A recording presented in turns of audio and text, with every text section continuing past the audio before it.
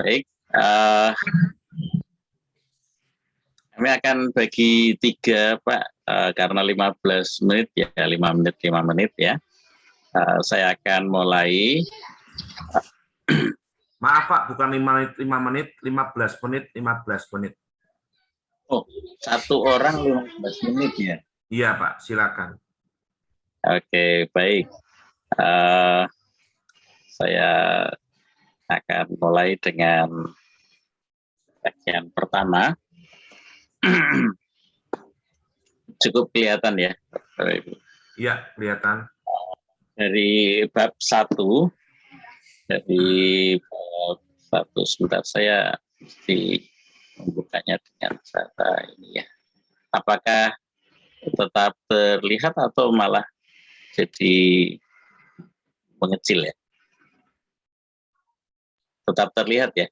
Kalau saya buat menjadi seperti ini, apakah oke? Atau malah ketutup-tutup? Terlihat tadi Pak, yang tadi awal. Yang awal ya? Iya. Begini ya? Oke. Ya, bab 1 adalah pendahuluan, dan dalam pendahuluan ini disampaikan bahwa memang remaja itu memiliki masalah-masalah dalam kehidupannya, tetapi ketika mereka beranjak dewasa, mereka akan bisa menyelesaikan. Ketika mereka bisa menyelesaikan masalah-masalah yang mereka hadapi, mereka akan semakin dewasa dan semakin bisa menikmati kehidupannya. Salah satu kutipan, ini kutipannya berbahasa Inggris, saya buatkan catatannya aja di bahasa Indonesia. Jadi masa muda itu memiliki kesenangannya sendiri, tapi juga kesedihannya sendiri ya. Youth has its pleasure and its sorrows. Tetapi bagi sebagian besar individu atau orang, kedewasaan mereka itu nanti akan semakin bertumbuh dan memberikan sukacita atau kesenangan yang stabil dan berimbangan dengan penurunan dari kebingungan, seperti kebingungan atau pergumulan-pergumulan. Nah, seiring bertambahnya usia, as we grow older, we learn how more gracefully to react our troubles. Jadi semakin kita bertambah usia, semakin dewasa, kita akan semakin belajar bagaimana kita bisa menghandle dan berespon terhadap masalah-masalah yang dihadapi. Nah, jadi remaja akan seperti itu. Nah, kewajiban orang tua adalah memberi dorongan, semangat kepada para remaja supaya mereka bisa melihat masa depan mereka itu dengan harapan, keyakinan, ya, memberi dorongan, memberi keyakinan, memberi dukungan serta kepercayaan kepada remaja. Karena masa remaja memang masa-masa pencarian jati diri. Jadi tentu masih labil, ya, tentu masih labil dan masih mungkin berbuat kesalahan-kesalahan. Ini bagian yang pertama. Nah, bab kedua dari ini membahas mengenai masalah-masalah kenakalan remaja. Ya. Kutipan dari Warren Kallenbach dan Harold Burgess mengatakan gini, masalah sosial yang paling menjadi perhatian dari masyarakat itu memang kenakalan remaja. Walaupun ada masalah-masalah lain seperti perceraian atau yang lainnya gitu ya dalam keluarga, tetapi masalah-masalah kenakalan remaja ini mendapat perhatian yang sangat serius, gitu ya, karena di masa remaja inilah mereka akan menentukan fondasi dalam kehidupan, gitu ya. Nah, jadi masalah kenakalan remaja ini disorot, diterima sebagai masalah sosial, dan kenakalan remaja dalam ini ya, misalnya di masa-masa anak-anak ya, anak saya ada yang kuliah, ada sudah bekerja, ada yang kuliah, dan ada yang SMA. Nah, ketika yang cowok nih ya, yang SMA, secara moral, attitude, saya rasa kami mendidik dengan baik, mendidik dengan berusaha sungguh-sungguh, tapi di dalam pergaulan dengan teman-teman sebaya mereka, ya, mereka lebih cenderung mengidentifikasi diri dalam kelompok mereka. Jadi walaupun sopan santunnya, tapi mereka mencoba, anak saya mencoba untuk bertanya mengapa tidak boleh, misalnya orang lain merokok, ya teman-teman merokok, kenapa kalau di rumah Bapak bilang nggak boleh, apa masalahnya, mana ayatnya?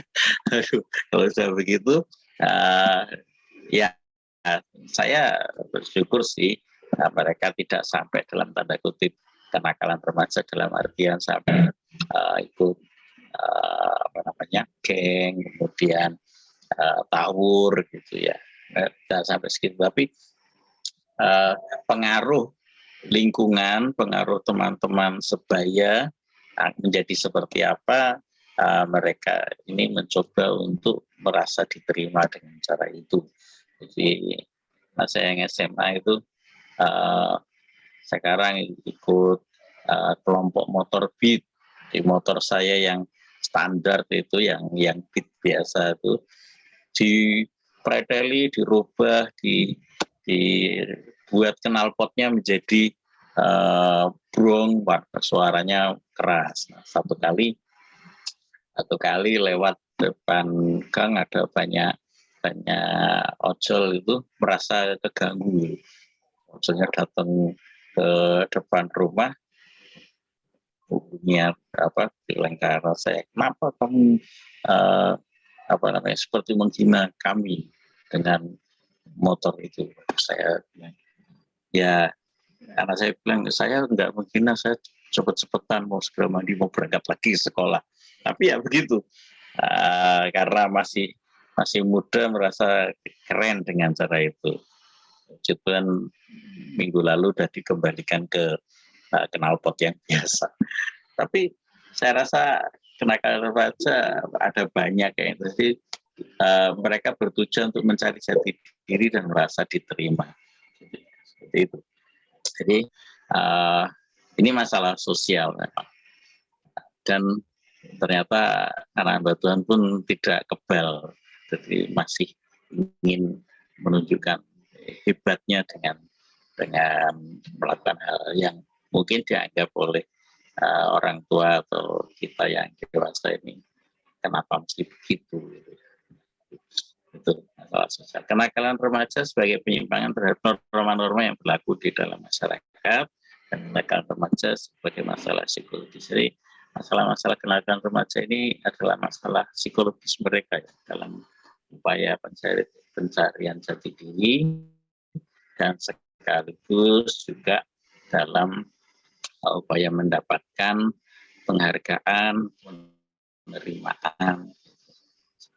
Ini yang mungkin saja terjadi, dan di tengah-tengah masyarakat merokok, narkoba, minuman keras, bikin geng, dan beberapa bagian yang lain itu bisa terjadi karena masalah pencarian jati diri. Masuk bab ketiga, ini tadi yang saya sampaikan. Jadi pengaruh lingkungan terhadap remaja, karena remaja mencari jati dirinya, mencoba untuk mendapatkan rasa berharganya, maka pengaruh teman-teman, rekan-rekan sebaya mereka itu sangat besar. Saya rasa itu benar apa yang dikatakan Alkitab ya, pergaulan yang belum rusak kebiasaannya. Baiklah teman-temannya dapat teman-teman yang buruk atau yang baik.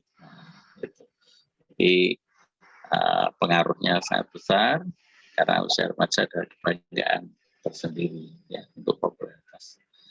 Nah, dalam hal ini bagaimana saran dari buku ini ya? Biarkan mereka bergaul, tetapi memang kita harus memberi petunjuk, arahan tentang teman-teman yang seperti apa atau lingkungan yang seperti apa yang sebaiknya di mereka kumpul. Saya mendapati, tidak tahu apakah ini sesuatu yang umum, tapi saya melihat ada beberapa pelayan Tuhan yang masih pemuda gitu ya. Kalau di gereja kan memang alim ya karena pelayanan. Tapi ternyata dalam pergaulan dengan teman-teman di luar gereja, di luar tugas pelayanan, bisa jadi anak-anak remaja pemuda ini ingin tetap merasa diterima dengan teman-temannya dan kadang akhirnya kemudian terjerumus ke merokok, minum-minuman keras, tapi masih pelayanan. Jadi seperti hidup di dua dunia, atau malah mungkin karena kita tidak menyentuh mereka secara personal, gitu, sehingga antara yang rohani dan yang keseharian itu bisa bertolak belakang. Oke, baik. Terima kasih. Itu dari saya. Silahkan